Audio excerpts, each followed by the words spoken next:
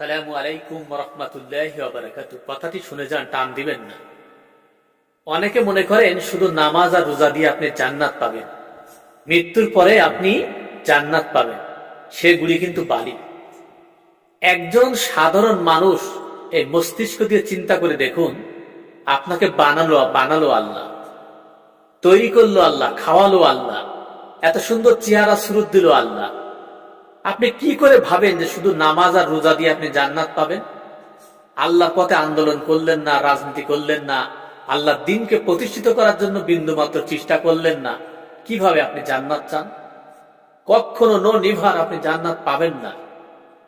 দিনের পথে আন্দোলন সংগ্রাম করতে হবে, কোরআনের পথে আন্দোলন সংগ্রাম করতে হবে।